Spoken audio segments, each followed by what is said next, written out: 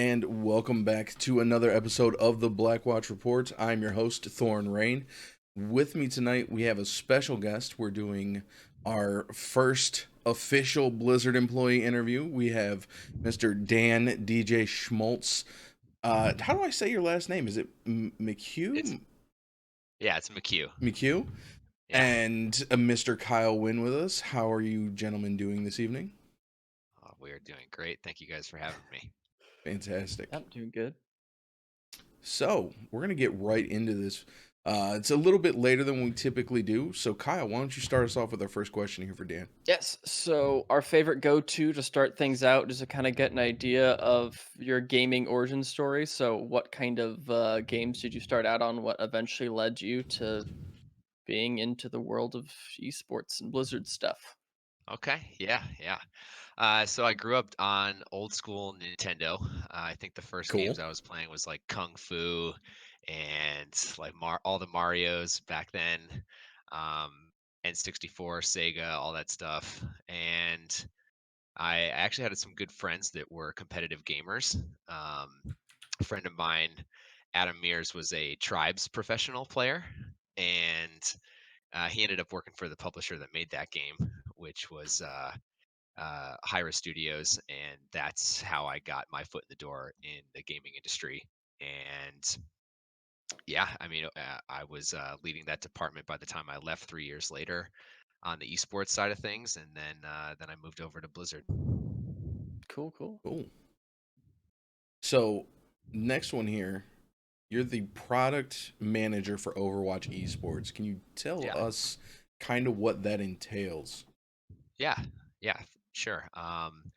So just being a product lead for the program, I work as the global manager Mhm. of the product, which means scheduling, rule sets, policies, pricing, broadcasts, what the assets look like, what our promotions look like. I mean, everything from front to back around the program basically goes through me, and I work with stakeholders both above and below to push out the product, and that's kind of just the nuts and bolts of my job is just making sure that we're meeting milestones and meeting our goals and improving the program year over year. Cool. Cool. And then do you even have time to play a lot of Overwatch? Like do you have a main? Are you like Oh, of competitively course. ranked? Okay. Yeah.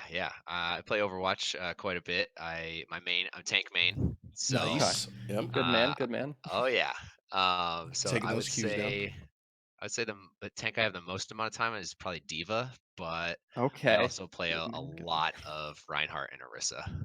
Okay. So it's a good time for Orisa mains right now. Oh, Can yeah. you say what your are you down in the beautiful world of gold with us, or are you like Yeah, diamond plat let's masters? just say I'm probably not going pro anytime soon, Okay. but I have reached diamond before. Oh, Okay. nice. Okay. So, So yeah. now, outside of your busy job and running around in gold on the tanks, any hobbies that you might be into, just to let the folks kind of Yeah. get a feel for Yeah. you. Yeah, for sure. I think my biggest hobby right now is I'm like obsessed with house music. It's like what I listen to all day at work. I just bought like a DJ controller and I started making mixes myself. Oh, nice. Yeah. I go to shows all the time. Just watching the production that they put on at these shows is just incredible. So that's probably my biggest area of interest for the time being. But I also do like things like camping. Once in a while, we'll go out to the desert, or I used to camp a lot when I was back east in the mountains. Um, yeah, going to the beach, hanging out with my girlfriend, playing Super Smash Brothers or Overwatch. Cool. Yeah, Yeah, that Zed show during the startup uh, for the grand finals, that was yeah, nuts. Yeah, yeah. He's got some insane graphics, and yeah, he always puts on a good show. yeah. So let's take this into to the meat of why we're here. Let's talk about the path to pro. Okay, Okay. you've got our first one here. Oh, yeah, you're right. I'm not paying attention. So we recently got a big announcement that like the complete Path to Pro format is getting pretty significantly rehauled. You're kind of doing shorter bursts between trials and then contenders and then open division and then back up and kind of this like alternating system. Hmm. Um, how will kind of this work between the two divisions, between like open division, then to trials, then to contenders? What's Hmm. like the biggest change, I suppose? Um, Couple things. So one, I think that the most important thing moving into 2020 is that we're really trying to redefine what trials means. I think that trials in the past was more of a promotion relegation tournament, Mhm. Mm-hmm. and moving into 2020, trials is much more closely tied to the contenders level than it is the open division level. So that's probably one the most significant change because the structure between trials and contenders is very similar moving forward. But in a nutshell, open division will essentially remain the same as it did this year, except there will be more, not only more open division seasons, but more open division seasons that lead into the contenders trials world. So in the contenders trials and contenders, it's 12 team brackets. Essentially, we'll run the 12 team bracket in contenders trials 1 week. The top teams from that tournament will move up into the contenders bracket, and the bottom teams will stay in that stint of trials and contenders. So Okay. um, the only after the second week of trials will open division teams be, or will trials teams be moving back down to open division in some capacity. Okay. So now, will the weekly tournaments? Because we've got these new divisions, and right after the announcement, there was a lot of confusion online Yeah. about team teams from NA were going to have to be playing teams from EU, and like Korea was going to be playing Australia teams. Right. Are we looking at interdivision, or are we going to go back to regions how we had before? Yeah. So yeah, there definitely was some confusion, but the we'll be staying with how things are today, where there's trials, there's open division trials and contenders all within a single region. Hmm. Yeah, I don't think that we'd be achieving our goal of providing a place where players can develop if we had to make them play cross continental Yeah. or with just absurd amount of ping. So yeah, That'd be brutal. yeah, we'll be continuing to do the regional based leagues, if you will. Okay. And then kind of a on that same thing, the Pacific Division has 4 regions, while Atlantic has 3 listed. Does this mean we'll see a return of NA, East and West for Atlantic and stuff like that? Or It's possible. okay. I would say that the reason that we're consolidating now is we're really just trying to optimize matches for the players that are in these systems. And right now, with us consolidating things and just the new format itself, we just think that a single region for North America is what's best. Hmm. Okay. If and when we get to the point where we're just seeing way too many good teams coming out of North America that we need to expand. We'll definitely, revisit that as we're always iterating on our systems. So Cool. consolidation for now, but who knows what the future could bring. Cool. Okay. Cool. Cool. So you kind of touched on this a little bit ago. Um, for weeks 2 and beyond. Sorry about my dog. Um, how are Dogs the can do no wrong, man.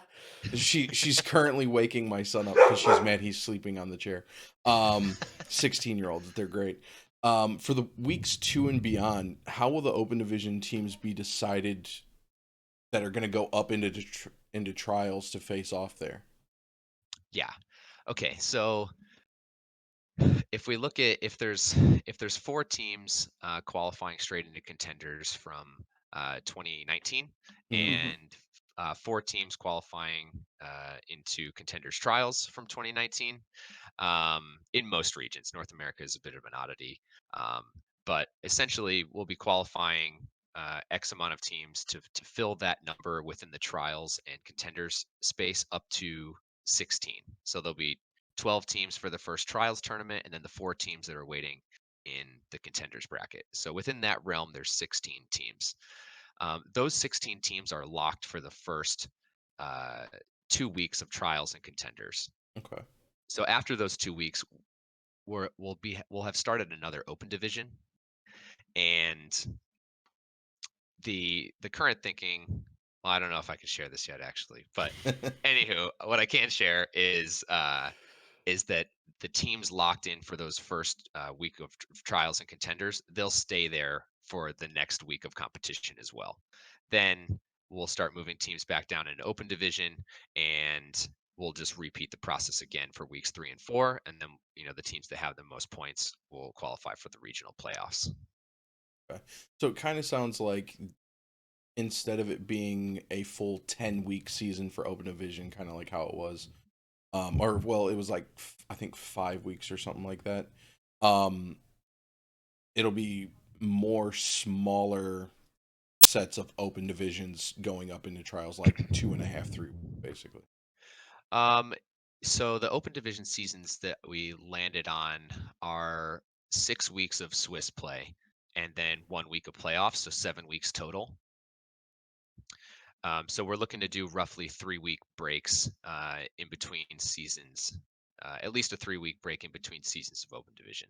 But the structure of them being about 7 weeks won't change all year round. Okay. Okay. Cool. And then you kind of briefly touched on the point system, but is there any more you can kind of add to, like, because this is a bit of a new thing, is this concept of points being utilized Yeah. in Overwatch Path to Pro? Yeah. So I don't have an exact point system to share with you guys at this moment, but basically what's going on now is us really flushing out uh, how the point system is going to work, how teams can feel like they still have a shot at playoffs if maybe they have an off week. Teams coming up out of trials, we're likely going to associate some sort of points with the trials tournaments as well. It'll be significantly less than what's earned in contenders, but we feel it's important to drive competition and put more value towards the trials brackets that are happening. So we'll have more to share on that probably, I don't know, in the next couple months at the very latest. It could be as soon as December, um, but it's something that we're finalizing now, and we're excited to share with you guys soon. Cool. We're excited to see it. So we've seen the Path to Pro kind of switch things up a couple different times, smaller things.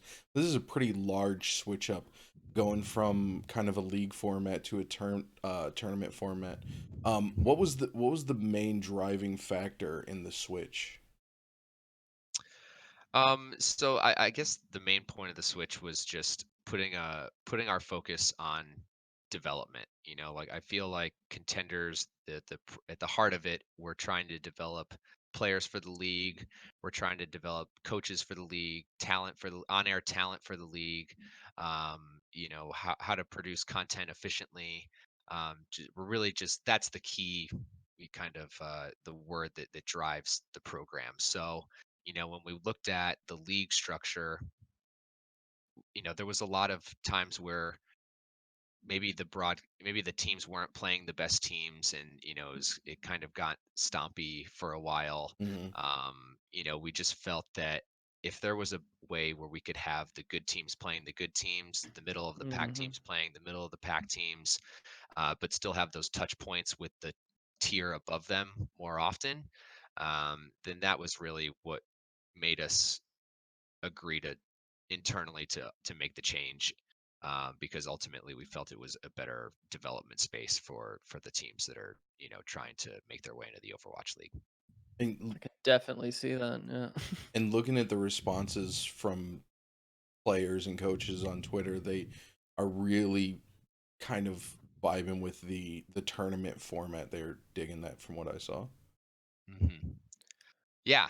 I mean, ultimately, I think aside from the confusion from the initial announcement, I positive, um, hopeful interest from both the players and the community, and we get the chance to talk to players here and there, either at the big lands or when is asking them for feedback after the end of the season or a year, and we definitely factor that in as well. Hmm. So yeah, it was good to see the positive response, and we're hoping to deliver. Cool. Sounds really exciting. We saw a kind of a big move here. You got some extra help added to your team as Kayla Glover, who is pretty prominent in the Overwatch League scene, has now moved into the Path to Pro scene. Um, is this a new position within the kind of division, or is this an existing thing? And what's the focus for her here? Yeah, Kayla's great, and we're happy to have her on board. We just we know that the players cherish her. Hmm. At the Overwatch League level, she does a lot of great work. So we saw an opportunity to utilize her strengths to improve things at the Path to Pro. So we're just we're fleshing out her role now, but there will be some focus on those strengths of hers to make things better for the players and make things better for the program. So yeah, we're looking forward to having her on the team. Awesome. Cool. Now this is something that I've thrown up on Reddit a couple times. Um, we've seen Dota do this, and most recently, um, the WoW esports team has been doing something like this, where they create a toy and they sell the toy, and then it goes for the prize pool.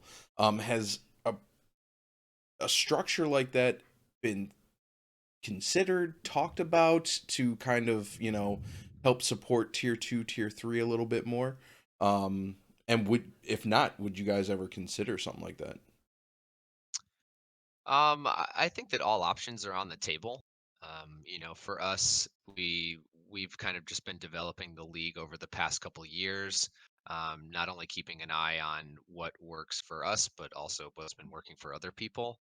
I don't really have anything to share on that specific topic right now, but I just for you guys' awareness and everybody listening, just we're always looking to improve things for the future. And if there's a model where we can find something that works with something like the Dota or what's going on in World of Warcraft, then we're happy to explore it. Just Cool. saying, I would 100% buy me some player icons and sprays for like Uh-huh. Element Mystic and Sky Foxes. So Yeah, it'd be super cool. But me too, man. And then I think with obviously there was a lot of positive and negative feedback, and people were really happy about a lot of different things. But it seems like pretty much the consensus among the entire Path to Pro community is that the Gauntlet was amazing, and it Mhm, was great for everyone involved. Casters got a great opportunity to kind of meet with new casters and get a big shot. A lot of players got a chance to play against a lot of other big players that they haven't had the opportunity to play against. mhm. A lot of big upsets, big, results from a lot of great teams. So very clearly a huge success, and I would assume that you guys are building upon this. Is this meaning the possibility of more lands in the future is an option? Um, can you confirm whether or not the gauntlet's gonna continue again? Yeah, Anything along those lines? yeah. Well, yeah, just to touch on the success of the program, like I've run a lot of lands, and Gauntlet was one of the sickest lands I've ever been to. We had been planning that thing for over a year, and then Mm, just to finally see it happen and all the results that came with it, yeah, the team is pretty stoked about how things went. I think we had over 12 Overwatch League teams there in some capacity. They're sending their coaches or their GMs, nice. and they were meeting with players throughout the weekend. Um, we had we had these really cool stations up above the arena where these Overwatch League personnel could go check out like player points of view, and they could just hmm, watch whatever player they wanted to while they were playing on stage. So they necessarily didn't have to follow along with the broadcast, and that's pretty cool. um, so that was really cool. And I mean, yeah, the players just all had a great time. The games, I mean, just like It was Talon out of nuts. nowhere, Pacific making Yeah. their run. It was I Mhm. don't know, man. Every day was so good. And yeah, I think that one, we need with our goal of surfacing players to the Overwatch League. These types of international competitions are important, not only for player development, but also for the Overwatch League scouts that are looking for their next big player. They need that kind of confirmation on, okay, who really is the best player and what are the strongest regions. Um, and yeah, I mean, it was a huge success to run the showdowns this year and the gauntlet, and we've already announced that we're bringing those back next year. So, we're just looking now at how can we improve those experiences, and you know, if there's room for more to do more lands, then I want to run more lands. So, Mhm. Yeah. if but now those are the only three that are on the table. Okay. Okay, cool. So we got a couple fan submissions. This first one, this one is I've been wanting both of these for a very long time. Um, D Hulky from the Discord's asking, what are the chances of getting an API for stats and or replay viewer for the tier 2 matches tournaments? Have you guys thought about either of those? Yeah, I mean, the Overwatch development team has supported Overwatch Esports in a way that uh, you just don't see everywhere. Like, they have gone above and beyond for the league, for contenders, and obviously with the recent news of Overwatch 2, you can imagine how busy they are. But Hmm. Mm-hmm. we have a backlog of features that we're looking for to improve the competitive experience for our up and coming players and the Overwatch League players, and we're chipping away at it. Okay, cool. And then our, very avid listener and supporter Shrugoff wants to know. He's a quite prominent console player and really wants to see the console scene take off. And so his question is, will there be any official, like, Blizzard sanctioned and or hosted tournaments for the console Overwatch communities? Mhm. That's not my particular area of Okay. expertise in the company, so I don't know if I can provide any answer, or the answer that you might want to hear. But I think that we support our third-party tournaments in a way where we help them get off the ground and get promotions and do their thing, but nothing official at this time, at least that I'm aware of. But yeah, Okay. that's not really my area. Cool. No worries. And I think that's going to wrap it up for our community questions. Um, just a huge thank you for taking the time to stop Yeah. by and talk with us. Um, really cool. I was telling Kyle before you guys came on. I was super nervous. Like, we've interviewed players, coaches, managers, all kinds of people. Agents, and I'm like, we're literally interviewing a Blizzard employee today. This is kind of crazy. So I really do appreciate it. And, for me and Kyle and, a bunch of people in the Discord and just players and everything that I know listen to the show, want to say thank you guys for what you guys do. Me and Kyle have been supporting tier 2 since quite literally before it Tier was 2 was a tier created, 2 yeah. thing. And just keep up the good work, man. Appreciate it. Yeah, I appreciate that. Yeah, thank you for having me on. It's always nice to be able to connect to the community and share some little insight into what gears are turning behind the Mhm. machine. But yeah, this has been a ton of fun, man, and I hope to do it again sometime. Oh, Awesome. definitely. So where can, listeners find you online? Yeah, online, I'm on Twitter at DJ Schmaltz. Kind of a weird spelling, but DJSCHMULTZ. I should probably get a handle that probably that easy to spell. But or the Overwatch Path to Pro, OW Path to Pro on Twitter. that's where you can find all the updates on what we've got going on in the Path to Pro. Cool. Awesome. Ooh. That's going to wrap us up. So as always, if you're an audio listener, swing by the Twitter, hit that follow button. We do appreciate it. If you are an audio listener, stop by iTunes, leave a review, 1 star, 5 star. We read all of them. Make Kyle do a little bit of extra work. But you can find the show on Twitter at Blackwatch Report, and you can email the show blackwatchreport@gmail.com. Find the show right here on Twitch at twitch.tv/blackwatchreport. We record live Wednesday, 6 p.m. Eastern. Our intro music is an original piece from our very own very own Kyle Wynn. Yeah, I didn't realize I copied over an old interview. This has been a High Noon production. You can find all of our shows over at highnoonpodcast.com and come and chat with all the hosts over on the Discord at discord.me/highnoonpodcast. And with that, Blackwatch